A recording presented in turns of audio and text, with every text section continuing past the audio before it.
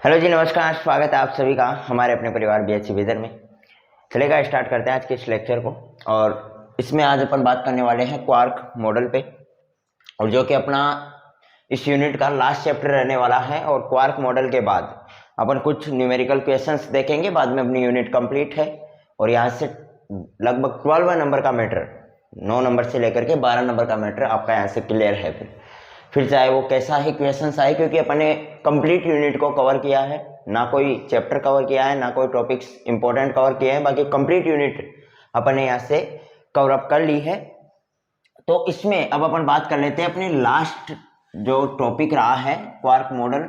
और quark model से अमूमन अगर अपन बात करें तो 1 नंबर से लेकर के 5 नंबर तक का यहाँ से क्वेश्चंस अपन को पेपर में देखने को मिलता है। 1 नंबर से छोटा क्वेश्चन आ जाता है, कभी कभार वो कोई भी पार्टिकल देता है और पार्टिकल से क्वार्क मॉडल उसका पूछ लेता है, पार्टिकल का क्वार्क मॉडल ज्ञात कीजिए वगैरह।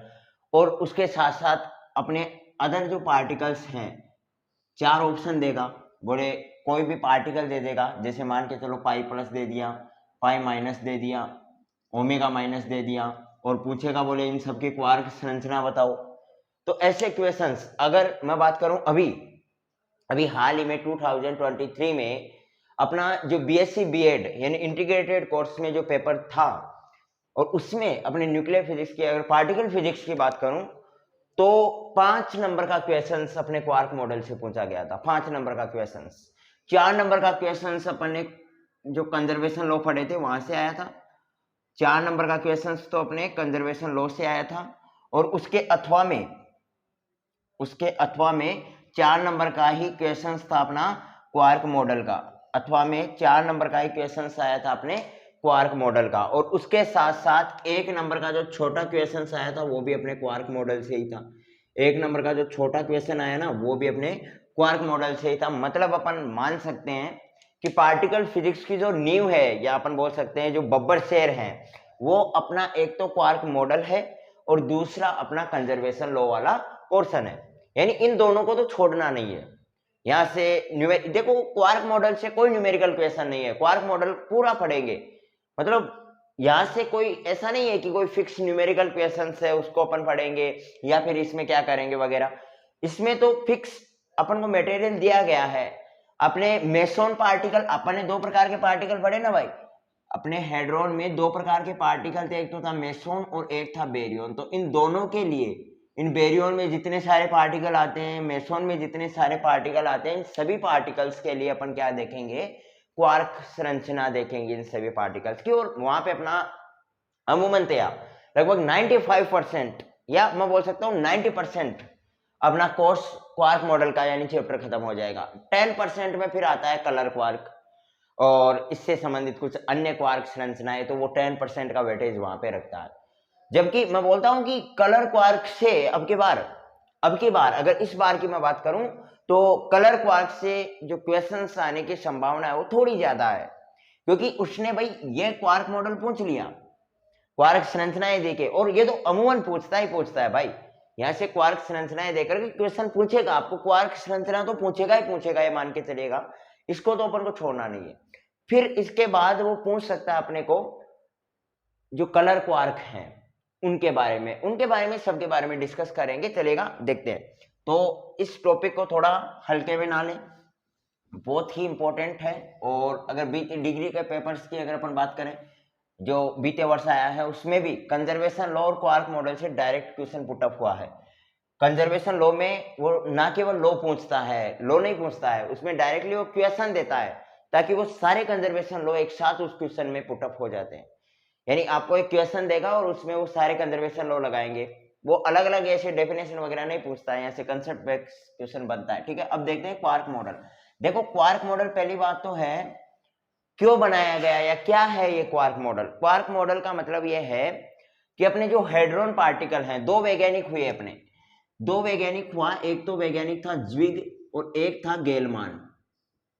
तो इन दोनों ने क्या देखा, इन्होंने जब खोजबीन की अपने पार्टिकल्स में, तो खोजबीन के दौरान इन दोनों को पता चला कि यार जो अपन ये प्रबल अन्योन्य क्रिया के आधार पे अपन ने ये जो हेड्रोन पार्टिकल पढ़े है ना, ये हेड्रोन पार्टिकल ऐसा नहीं है कि अकेले ही पार्टिकल है, ऐसा नहीं है कि हेड्रोन पार्टिकल एक अकेला पार्टिकल है या वो अकेला न्यू रखता है, नहीं, ये अलग अलग पार्टिकल से मिलकर के बना होता है। ये जो हेड्रोन पार्टिकल है ना, ये जो आपने प्रबल अन्योन्य क्रिया के आधार पे पढ़ा था ना, दुर्बल अन्योन्य क्रिया के आधार पे आपने पढ़ा लेप्टोन पार्टिकल और प्रबल अन्योन्य क्रिया के आधार पे आपने पढ़ा हेड्रोन पार्टिकल। तो ये जो हेड्रोन पार्टिकल है ये अकेला पार्टिकल नहीं है, या अपन बोल सकते हैं कि ये ऐसा नहीं है कि कोई अन्य पार्टिकल इसमें भाग नहीं ले रहे। ये पार्टिकल है ना वो अलग अलग पार्टिकल से मिलकर के बना होता है, यानी छोटे छोटे अलग पार्टिकल। जैसे मान के चलो अब मैं बात करूं परमाणु की, एटम की, तो एटम अकेला थोड़ी बना है। एटम किससे मिलकर के बना हुआ है? वो न्यूक्लियस और इलेक्ट्रॉन से मिलकर के बना हुआ है। फिर अपन न्यूक्लियस में और डेप्थ में जाएं तो न्यूक्लियस फिर किससे मिलकर बना हुआ है? बोले प्रोटॉन और न्यूट्रॉन से मिलकर बना हुआ है। तो इसी प्रकार से अपन ऐसा तो नहीं बोल सकते ना कि परमाणु किसी और पार्टिकल से नहीं बना हुआ है, परमाणु में किसी और पार्टिकल की भागीदारी नहीं है। मानते हैं कि पदार्थ का सबसे सूक्ष्मतम कण अपना परमाणु है, तो इसका मतलब ये तो नहीं है कि परमाणु अकेला है, मतलब इसके बाद में इसका विभाजन ही नहीं हो सकता, उसका विभाजन हो सकता है। ठीक इसी प्रकार से अपने हेड्रोन पार्टिकल में भी अकेला हेड्रोन पार्टिकल नहीं है, ये हेड्रोन पार्टिकल अलग अलग पार्टिकल से मिलकर बना हुआ था। और जो पार्टिकल अलग अलग जिन पार्टिकल से मिलकर के बना होता है उन पार्टिकल को बोला गया क्वार्क। उन्हीं पार्टिकल्स को क्या कहते हैं? क्वार्क कहते हैं। ठीक है, तो यहां तक आपको समझ में आई। तो देखो अब क्वार्क, तो ये बोले किन किन पार्टिकल से मिलकर के बना होता है अपना हेड्रोन पार्टिकल? तो ये 3 प्रकार के पार्टिकल से बना होता है। यानी अपन बोल सकते हैं कि जो क्वार्क आप कहते हो ना, ये 3 क्वार्क होते हैं। और वो 3 क्वार्क होते हैं कि एक तो होता है अप क्वार्क, एक तो होता है अपना अप क्वार्क, दूसरा होता है अपना डाउन क्वार्क, और तीसरा होता है अपना स्ट्रेंज क्वार्क। स्ट्रेंज क्वार्क यानी विचित्र क्वार्क, जिसको अपन कहे, इसको क्या कहते हैं? विचित्र क्वार्क भी कहते हैं। स्ट्रेंज का मतलब हो गया विचित्र। तो यानी अपना जो हेड्रोन पार्टिकल है वो अप क्वार्क, डाउन क्वार्क और स्ट्रेंज क्वार्क से मिलकर के बना होता है। और ये जो इंफॉर्मेशन देने वाले कोई साइंटिस्ट थे, कोई महान व्यक्ति, महान विद्वान थे, तो वो अपने थे ज्विग और गेलमान।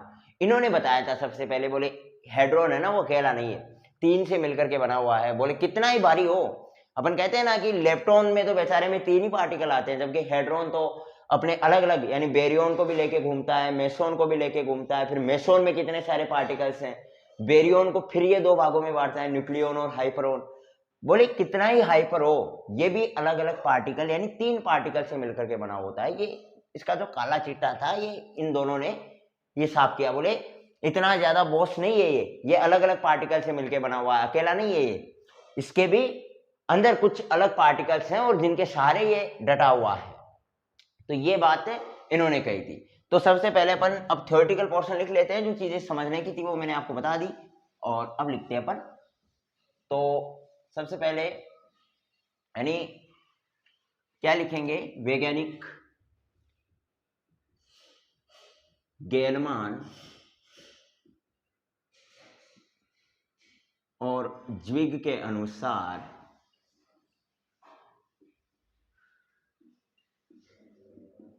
हेड्रोन कण भी अन्य कणों से मिलकर बने होते हैं, अन्य कणों से मिलकर बने होते हैं, जिन्हें क्वार्क कहते हैं। उन्हीं को अपन क्या कहते हैं? क्वार्क कहते हैं मेरे भाई। जिन्हें क्या कहते हैं अपन? क्वार्क कहते हैं। ये जो अलग अलग पार्टिकल से बने होते हैं ना, इनको अपन कहते हैं क्वार्क। और क्वार्क ये 3 प्रकार के होते हैं, यह 3 प्रकार के होते हैं। क्वार्क कितने प्रकार के होते हैं? अपने 3 प्रकार के होते हैं, जिसमें पहला आ जाता है अपना अप क्वार्क, दूसरे वाला आ जाता है अपना डाउन क्वार्क, और तीसरे वाला अपना आ जाता है स्ट्रेंज क्वार्क। स्ट्रेंज या अपन इसको बोल सकते हैं विचित्र। ठीक है, तीसरे वाला आ जाता है अपना विचित्र क्वार्क। सबके बारे में अपन डिटेली डिस्कस करेंगे। ये अप क्वार्क क्या होते हैं, ये क्या क्या काम में आएंगे। मैं बोल रहा हूँ ना क्वार्क मॉडल, तो ये तो अपन ने क्वार्क के बारे में जाना है। वास्तविकता में क्वार्क क्या होता है, कितने प्रकार का होता है, ये भी अपन ने जाना है। क्वार्क मॉडल तो अभी बाकी है, जहां से क्वेश्चन आता है वो तो अभी बाकी है। ये तो अपना एक थ्योरेटिकल पोर्शन है। मान के चलो पूछ लेते क्वार्क क्या होता है, 1 नंबर में पूछ लेगा। तो क्वार्क मतलब क्या है कि अपना हेड्रोन कण है वो अन्य 3 कण, किससे? अप क्वार्क, डाउन क्वार्क और स्ट्रेंज क्वार्क, इन 3 कणों से मिलकर के बना होता है। इन तीनों कणों को ही अपन कहते हैं क्वार्क। अब क्वार्क मॉडल की बात करें उससे पहले अपन को क्वार्क सारणी समझनी पड़ेगी। और क्वार्क सारणी कोई बहुत बड़ी चीज नहीं है, यही है, इन्हीं तीनों के बारे में बात करेंगे क्वार्क सारणी में। और जो कि आपने पढ़ रखा है, अपन ने विचित्रता पढ़ी है, आवेश पढ़ा है, बेरियन पढ़ा है, I3। तो इन चारों का वैल्यू निकालेंगे। अप क्वार्क के लिए क्या आएगा, डाउन क्वार्क के लिए इन चारों का वैल्यू क्या आएगा, स्ट्रेंथ क्वार्क के लिए इन चारों का वैल्यू क्या आएगा, वही चीज अपन क्वार्क सारणी में जानेंगे। वही चीज अपन क्या जानेंगे, क्वार्क सारणी में जानेंगे। कणों के लिए क्वार्क सारणी क्या होगी, प्रतिकणों के लिए क्वार्क सारणी क्या होगी, इन सब के बारे में जानेंगे। कणों के लिए जो आएगी उसके जस्ट अपोजिट, यानी मान के चलो कणों के लिए जो कोई वैल्यू आई तो प्रतिकण के लिए क्या होगी, जस्ट अपोजिट होगी। प्रतिकण के लिए तो अपन को देखने की आवश्यकता ही नहीं है, जस्ट अपोजिट अपने प्रतिकण की होगी। कोई पार्टिकल पॉजिटिव होगा वो प्रतिकण में क्या हो जाएगा मेरे भाई, नेगेटिव हो जाएगा। बस इतना ही तो है ना कण और प्रतिकण में। तो वही अपन देखते हैं। तो देखो क्वार्क सारणी अपन देख लेते हैं। अब सबसे पहले अपन को क्वार्क सारणी देखनी है, और मैं बोल रहा हूं कि सबसे ज्यादा मोस्ट इंपॉर्टेंट जो चीज है वो वही है, क्वार्क मॉडल से ज्यादा मोस्ट इंपॉर्टेंट चीज है वो आपकी क्वार्क सारणी है, उसको मत भूलना बस। तो सबसे पहले अपन देख लेते हैं क्वार्क कणों की सारणी। अब देखो क्वार्क कण, तो सबसे पहले क्वार्क आते हैं, आपको 3 चीजें माइंड में आनी चाहिए, अप क्वार्क, डाउन क्वार्क और स्ट्रेंज क्वार्क यानी विचित्र क्वार्क। तो देखो सारणी में कोई बहुत बड़ी अपन चीजें देखेंगे नहीं। पहली बात तो अपन देख लेते हैं इधर, यानी इधर तो देखेंगे क्वार्क, तो क्वार्क आपके 3 ही है, और इधर देखेंगे क्वार्क नंबर इधर, ठीक है। इधर तो आएंगे इसमें क्वार्क नंबर यहाँ पे तो, और नीचे आएंगे वो आएंगे क्वार्क पार्टिकल, ठीक है। ये देख लेते हैं अपन, क्वार्क अपने 3 है, एक तो है अप क्वार्क, एक है डाउन क्वार्क, और तीसरे वाला है अपना स्ट्रेंज क्वार्क। और उन तीनों के लिए अपन एक तो बेरियन संख्या देंगे कि एक स्ट्रेंजनेस देखेंगे। ये तो देखो स्ट्रेंज क्वार्क है, यहाँ पे कंफ्यूज मत होना भाई, स्ट्रेंज ये तो है स्ट्रेंज क्वार्क, एस एस दोनों आ गए, बोले क्या आ गया, और ये है स्ट्रेंजनेस, ये है स्ट्रेंजनेस, यानी ये तो है विचित्रता। मैं डायरेक्ट लिख देता हूं यहाँ पे हिंदी में ही, ये तो है अपनी विचित्रता। यहाँ पे जो बेरियन के साथ चिपका हुआ है वो तो है आपका विचित्रता, और यहाँ पे जो क्वार्क में आया हुआ है वो है स्ट्रेंज क्वार्क। भले ही दोनों एस के समान नजर आ रहे हैं लेकिन चीजें अलग अलग है, सेम नहीं समझ लेना इनको। और वो तो इनसे पता ही चल जाएगा आपको, बोले यूडी यानी अप क्वार्क डाउन क्वार्क आ रहा है, मतलब अपन बात कर रहे हैं क्वार्क की, संगति का पता चलेगा ना भाई। यहाँ पे बोले क्वार्क की बात हो रही है तो ये एस वाला भी क्वार्क ही होगा, और एस के नाम पे स्ट्रेंज क्वार्क आता है। यहाँ पे आप देखोगे बेरियन, आवेश, I3 ये सब कुछ देखोगे तो संगति से आपको ये भी पता चलेगा, बोले इन सब में अपन ने एक स्ट्रेंजनेस भी देखी थी। जब अपन ने बेरियन नंबर देखा, जब अपन ने इलेक्ट्रॉन नंबर देखा, जब अपन ने आवेश देखा, जब अपन ने I संरक्षण नियम देखा, I3 देखा, तो उस वक्त अपन ने एक वैल्यू स्ट्रेंजनेस की भी देखी थी, एक वैल्यू स्ट्रेंजनेस के लिए भी निकाली थी। तो ये क्या है, स्ट्रेंजनेस है, संगति का असर तो पड़ेगा ही पड़ेगा। अब सुनना ध्यान से, देखो बात करूं अगर मैं बेरियन नंबर की, तो बेरियन नंबर कैसे कैलकुलेट करते हैं, ये मोस्ट इंपॉर्टेंट चीज है। यहाँ पे सारणी को रटने की जरूरत नहीं है, इसमें अपन वैल्यू कैलकुलेट करेंगे कंसेप्ट बेस। यहाँ पे देखो बेरियन नंबर में सीधा सा कंसेप्ट ये लगता है, बोले पार्टिकल कितने, अपने क्वार्क वाले पार्टिकल कितने, बोले UDS 3 में बेरियन इस U वाले का कितना हिस्सा है। ध्यान से सुनना, इसको रटना मत, अगर रटोगे तो बार बार रटोगे, बार बार भूलोगे, उठोगे भूलोगे। मैं बोल रहा हूं एक बार ध्यान से देखना। इसमें क्या करना आपको, मैं बोल रहा हूं पार्टिकल कितने अपने क्वार्क, बोले 3, कितने पार्टिकल भाई, 3 पार्टिकल, जिसमें क्वार्क का हिस्सा कितना, 3 पार्टिकल में क्वार्क का कितना हिस्सा हो गया, बोले 1/3। इसी प्रकार से इसका भी हिस्सा 1/3 और इसका भी हिस्सा 1/3, तीनों को आपस में जोड़ोगे तो कितना हो जाएगा, तीनों को आपस में जोड़ोगे तो कितना हो जाएगा भाई, 1 हो जाएगा। मतलब तीनों पार्टिकल में इनका 1/3 हिस्सा इसका है, 1/3 इसका है, तब जाकर के एक कंप्लीट पार्टिकल बन पाएगा। ओके,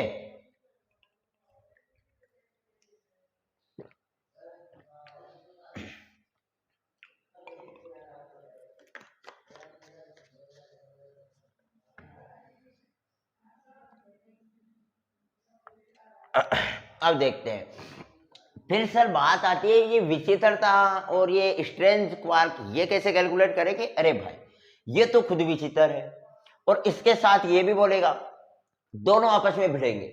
मैं बोल रहा हूं इनको दोनों का आपस में मतलब ही नहीं है, एस एस आपस में मिलेंगे।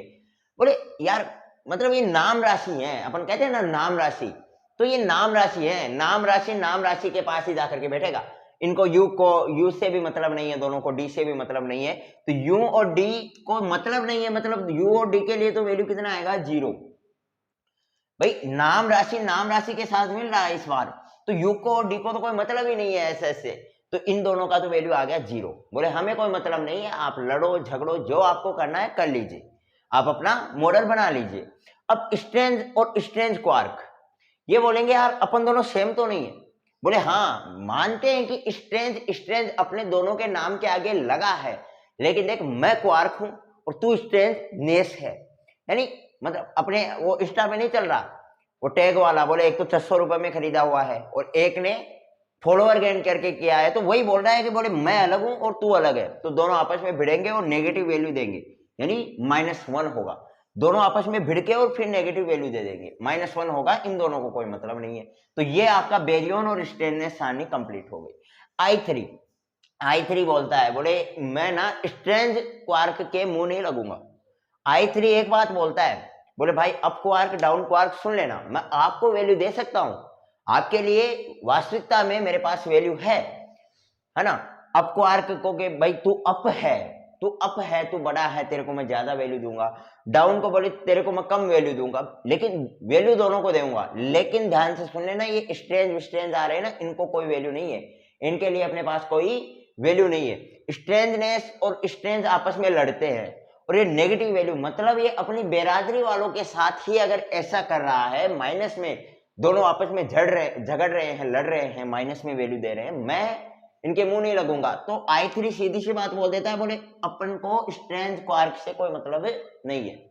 फिर अब क्वार्क कहता है कोई बात नहीं है भाई, मेरे को वैल्यू दे, हाँ तेरे को मैं पॉजिटिव वैल्यू दूंगा। अब आपको एक पता होना चाहिए, जब अपन ने I3 का वैल्यू डबलेट पार्टिकल के लिए निकाला, तो I3 का वैल्यू 2 ही थे, एक तो था +1/2 और एक था -1/2। जिसके ऊपर आवेश ज्यादा वो +1/2 और जिसके ऊपर आवेश कम वो -1/2, जिसके ऊपर आवेश कम वो -1/2। अब यहाँ पे मेरे को बताओ, अप क्वार्क और डाउन क्वार्क नाम से पता चल रहा है भाई अप है तो शायद कुछ ज्यादा ही लेके घूमेगा ना, तो अप पे अपन क्या दे देंगे, +1/2 दे देंगे, क्योंकि 2 ही तो पार्टिकल बचे हैं।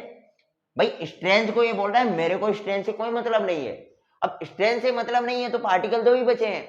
अब इन दोनों पार्टिकल को अपन को वैल्यू देनी है, अब किसको कितनी वैल्यू दे, तो उसके लिए अपन बोल रहे हैं कि अप क्वार्क के लिए +1/2 हो गई, डाउन क्वार्क के लिए -1/2 हो जाएगा। इतना यहां तक क्लियर। अब एक बचता है बोले आवेश, तो आवेश सीधी सी बात है। अब आवेश में मेरे भाई आपको एक फॉर्मूला मैंने आपको जब स्ट्रेंजनेस कैलकुलेट करवाई उस वक्त बताया था कि फॉर्मूला क्या होता है आपके पास, Q = I3 + B + S/2 ये होता है ना, ये फॉर्मूला मैंने बताया था और इसको अपन ने गेलमान निशीजिमा समीकरण कहा था। क्या कहा था मेरे भाई, गेलमान निशीजिमा समीकरण। याद करो उन पुरानी बातों को, उन बातों को याद किया जाए तो आपको एक इक्वेशन याद आएगी। इस इक्वेशन के जरिए देखो, आवेश को आप याद रखना चाहें, अगर आपके याद रखने की प्रवृत्ति है, आप रट सकते हो तो रट लेना, मैं नहीं बोल रहा कि रटना है मेरे क्लास में। तो अपन को यहां से अगर आप इस फॉर्मूले से वैल्यू पुट अप करोगे, यहां से वैल्यू कैलकुलेट करोगे तो आपके पास वैल्यू आ जाएगी। यहाँ पे देखो यार I3 भी दिया गया है, B भी दिया गया है, S भी दिया गया है, तो Q का वैल्यू आप क्यों नहीं निकाल सकते भाई, Q का वैल्यू यहाँ से अपन निकाल सकते हैं। अगर आप फिर भी रटना चाहो तो रट लेना,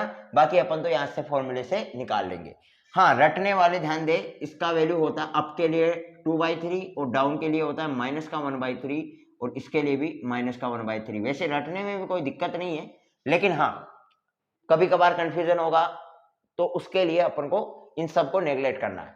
एक बार अपन फॉर्मूले बेस पे काम करते हैं, बाकी रट लेना, इसमें क्या दिक्कत है। 2/3 और दोनों में नीचे वालों में -1/3 कोई ऐसे रटने के लिए कोई है नहीं।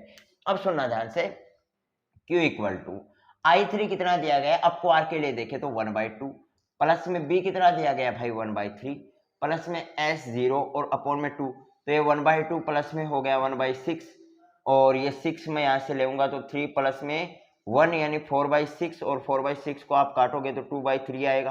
क्या मेरे लिए भी वैल्यू वही आई? बिल्कुल, मेरे लिए भी तो वैल्यू वही आई थी। अब ठीक इसी प्रकार से आप नीचे वाले के लिए एक के लिए कैलकुलेट कर लेंगे। बाकी ये यार 5वीं का बच्चा भी कर लेगा ना आप तो, लेकिन फिर भी आपकी शांति के लिए माइनस का 1/2 प्लस में बी कितना है भाई, इसमें डाउन क्वार के लिए देख रहे हैं अपन, तो डाउन क्वार के लिए बी कितना भाई 1/3, और प्लस में एस तो फिर भी 0 ही है, तो ये 1/6 ही हो जाएगा, प्लस का 1 क्या हो जाएगा 6 हो जाएगा। 6 आपने यहाँ पे लिया तो माइनस का 3 और प्लस का क्या हो गया 1, यानी ये कितना हो गया माइनस का 2/6, और 2/6 को आप काटोगे तो क्या आ गया माइनस का 1/3 आ गया। क्या मेरे लिए भी वैल्यू वही आई? यहाँ पे अगर अपन ने रटना चाहा तब भी वैल्यू वही आ रही है, क्योंकि रटेंगे तो कैलकुलेट करके और फिर ही रटेंगे ना, ऐसे तो रटने में आई नहीं रही। तो इससे अच्छा है अपन फॉर्मूला यूज में ले लें, लेकिन फिर भी थोड़ा बहुत अपने पास टाइम बचेगा अगर अपन थोड़ा याद रख लेंगे। बाकी आप यहाँ से कैलकुलेट कर सकते हो। ये देखो 0 हो गया, प्लस में बी कितना दिया गया भाई 1/3, प्लस में एस -1 दिया गया है ना, -1 और /2 ऐसा ही दिया गया बी प्लस एस, यानी इसको -1 करोगे, इसको अपन 1 - 3/3 अपॉन में ये हो गया 2, तो माइनस का 2/6 हो गया, तो ये हो गया माइनस का 1/3। तो ये वही वैल्यू अपने पास इसके लिए आ गई, स्ट्रेंथ क्वार्क के लिए माइनस का 1/3 अपने पास वैल्यू आ गया। तो ये अपन ने पार्टिकल देख लिया, पार्टिकल सारणी देख ली अपन ने, किसके लिए क्वार्क कणों के लिए, क्वार्क पार्टिकल के लिए क्या पार्टिकल जो टेबल बनेगी वो अपन ने देख ली, और उसको कैसे अपन को लिखना है वो मोस्ट इंपॉर्टेंट है। बाकी अपन को इन कणों को, किसी भी कण को याद करने की आवश्यकता नहीं होनी चाहिए, क्योंकि अगर अपन याद करेंगे तो बहुत ज्यादा कंफ्यूज होगा। यहाँ से मेन कंसेप्ट पे अगर ध्यान दिया जाए तो बहुत ही आसान होगा, वरना फिर कंफ्यूजन ही कंफ्यूजन रहेगा, यहाँ पे कोई दिक्कत होनी नहीं चाहिए। अब देखते हैं अपन एंटी क्वार्क पार्टिकल टेबल बना लेते हैं। एंटी पार्टिकल, एंटी यानी क्वार्क प्रतिकणों की सारणी, क्वार्क प्रतिकणों की सारणी। अब क्वार्क प्रतिकण के लिए अपन सारणी निकालेंगे, तो क्वार्क प्रतिकण में तो कोई दिक्कत वाली बात ही नहीं होगी भाई। क्वार्क प्रतिकण में क्या ही दिक्कत होगा, जो वैल्यू है उनको सबको चेंज कर देना है। ये यहाँ पे देख लेते हैं, यहाँ पे एक बना लेते हैं छोटी सी सारणी। ये अपना यहाँ पे क्वार्क आ जाएगा, इधर क्वार्क नंबर आ जाएगा, और अप क्वार्क का बार, डाउन क्वार्क का बार, स्ट्रेंथनेस का बार, और फिर आ जाएगा ये बेरियन नंबर, ये आ जाएगा स्ट्रेंथनेस, ये आ जाएगा I3, और ये आ जाएगा Q। यहाँ पे देखना अब देखना, अब अपन यहाँ पे एंटी पार्टिकल की बात कर रहे हैं। मतलब एंटी पार्टिकल का सीधा सा मतलब ये है कि जो पार्टिकल में आपके वैल्यू आए वो जस्ट अपोजिट हो जाएंगे अपने एंटी पार्टिकल में। जैसे मान के चलो पार्टिकल में मैंने U के लिए जो B की वैल्यू है, यानी अप क्वार्क की जो वैल्यू थी वो बेरियन के लिए 1/3 आई, तो जस्ट अपोजिट हो जाएगी U बार की -1/3। यहाँ पे डाउन क्वार्क के लिए 1/3 आई, तो जस्ट अपोजिट माइनस का 1/3। स्ट्रेंथ क्वार्क के लिए 1/3, तो जस्ट अपोजिट -1/3 इसका वैल्यू आ जाएगा। ठीक इसी प्रकार से अपन को स्ट्रेंथनेस में भी करना है, और सेम वही काम चार्ज में करना है, और सेम टू सेम वही काम अपना थर्ड कंपोनेंट ऑफ आइसोस्पेन यानी संभारिक पृथक्करण के तृतीय घटक I3 में भी अपन को सेम वही काम करना है। तो क्यों ना अपन जल्दी जल्दी से इसको बना लेते हैं। अब सुनना ध्यान से, ये जस्ट अपोजिट जिसका वैल्यू प्लस में है वो माइनस में हो जाएगा, जो माइनस में होगा वो प्लस में हो जाएगा। ये 0 0 और ये हो गया +1, ये हो गया माइनस का 2/3, ये हो गया प्लस का 1/3, ये हो गया प्लस का 1/3, फिर हो गया माइनस का 1/2, और ये हो गया प्लस का 1/2, और ये हो गया 0। तो ये आ गई क्वार्क प्रतिकणों की अपनी पास सारणी। अब यहां से अगर अपन कैलकुलेट करना चाहें अलग अलग क्वार्क कणों के लिए क्वार्क मॉडल, तो वो अपन यहां से कैलकुलेट कर सकते हैं। लेकिन फिर अपने पास यहाँ पे अगर अपन आज की क्लास में अगर कैलकुलेट करेंगे तो शायद आपके पास कंफ्यूजन रहेगा थोड़ा। क्यों ना अपन इसी सारणी को और एक बार रिवाइज करें, और सारणी को रिवाइज करने के बाद अपन कल देखेंगे कि क्वार्क मॉडल कैसे कैलकुलेट किया जाता है। अगर अपन आज बताऊंगा मैं तो बताने से वैसे कोई फायदा रहने वाला नहीं है, क्योंकि वैसे ही अपने पास पार्टिकल्स सारणियाँ 2 हो चुकी हैं, क्वार्क मॉडल आपने सीखा है, और अगर फिर खिचड़ी पक जाएगी उसमें कोई दिक्कत रहेगी, है ना। तो अभी तो मैं इन सारणियों को हटा देता हूँ, एक नोट जरूर लिखा देता हूँ कि कैसे अपन कैलकुलेट करेंगे या उनकी जो संरचनाएं होती हैं वो किस प्रकार होती है। बाकी क्वार्क जो संरचना है वो अपन कल देखेंगे। वैसे अपन को 3 क्लासेस लगती मैक्सिमम, आज की क्लास में अगर अपन क्वार्क मॉडल देखते हैं तो 3 क्लासेज में अपना ये यूनिट खत्म होता है, बाकी 2 क्लासेज और सही अपन सही तरीके से ही उसे पढ़ लेंगे कल। अब सुना ध्यान से, मैं बोल रहा हूँ कि नोट लगा के मैं यहाँ पे एक चीज लिखा रहा हूँ और उस पर अमल जरूर करना कि आपको पता है कि हेड्रोन पार्टिकल में पार्टिकल, पहली बात तो मेरे को ये बताओ क्वार्क मॉडल, और मैंने आपको ये बताया कि हेड्रोन पार्टिकल पे दिया गया है, ये तो आपको समझ में आया ना। एक बात मैंने बोला कि क्वार्क है वो वास्तविकता में हेड्रोन पार्टिकल के लिए ही दिया गया है, मतलब अपन बोलते हैं ना हेड्रोन पार्टिकल 3 पार्टिकल से मिलकर के बना हुआ होता है अप क्वार्क, और उसे अपन क्वार्क कहते हैं। तो वही चीज मैं बोल रहा हूं, हेड्रोन पार्टिकल में पार्टिकल्स कितने प्रकार के, तो आप कहोगे 2 प्रकार के होते हैं, एक तो होता है मेसोन और एक होता है बेरियन। अगर अपन बात कर रहे हैं हेड्रोन पार्टिकल की तो उसमें मेसोन और बेरियन के ऊपर क्या होगी, बातें होंगी, यानी मेसोन पार्टिकल और बेरियन पार्टिकल, इन दोनों पार्टिकल्स के अंतर्गत जितने पार्टिकल्स आएंगे, इन दोनों में जितने पार्टिकल्स हैं ना, अपने मेसोन में जितने पार्टिकल हैं, अपने बेरियन में जितने पार्टिकल हैं, पायोन, कायोन, ईटा, ओमेगा, कोस्केट, न्यूक्लियोन, लैम्डा, जो भी ओमेगा, जितने भी सारे पार्टिकल्स आ गए ना, उन सभी पार्टिकल्स के लिए अपन क्वार्क मॉडल देखेंगे, क्योंकि अपन हेड्रोन पार्टिकल की बात कर रहे हैं। तो उन्हीं में अब मेन रूप से इनके जो 2 हिस्से हैं वो मेसोन और बेरियन में है। तो मेसोन वाले जितने भी पार्टिकल होंगे ना, उनकी क्वार्क संरचना तो होगी क्यू क्यू बार, यानी मेसोन कणों की, ये मैं नोट में लिखा देता हूँ, मेसोन कणों की जो क्वार्क संरचना होती है वो कैसे होती है, क्या होती है, वो अपन कल जानेंगे। लेकिन एक बार थोड़ा याद रख लेना, संरचना क्यू क्यू बार होती है, क्यू क्यू बार होती है। और वेयर, क्यू अपना क्या है, यहाँ पे क्यू अपना है क्वार्क और क्यू बार अपना है एंटी क्वार्क। क्यू तो है क्वार्क और क्यू बार अपना क्या है, एंटी क्वार्क। और दूसरा है बेरियन कणों के लिए, दूसरा है अपना बेरियन कणों के लिए जो क्वार्क संरचना होगी, बेरियन कणों की जो अपने पास क्वार्क संरचना होगी ना, वो होगी अपने पास ट्रिपल क्यू। ठीक है, बेरियन कणों की क्वार्क संरचना ट्रिपल क्यू होती है। और ट्रिपल क्यू यानी यहाँ पे क्यू क्या है, वही अपना क्वार्क है, क्वार्क पार्टिकल है, क्वार्क है, वही है। ठीक है, तो होपफुली आज का लेक्चर आपको समझ में आया होगा। अभी अपन लेक्चर को यहीं पे समाप्त करते हैं, मिलते हैं नेक्स्ट क्लास में। तब तक के लिए हंसते रहेगा, मुस्कुराते रहेगा, अपनी फिजिक्स को यूं ही दमदार बनाने का प्रयास करते रहेगा। Bye bye, have a nice day.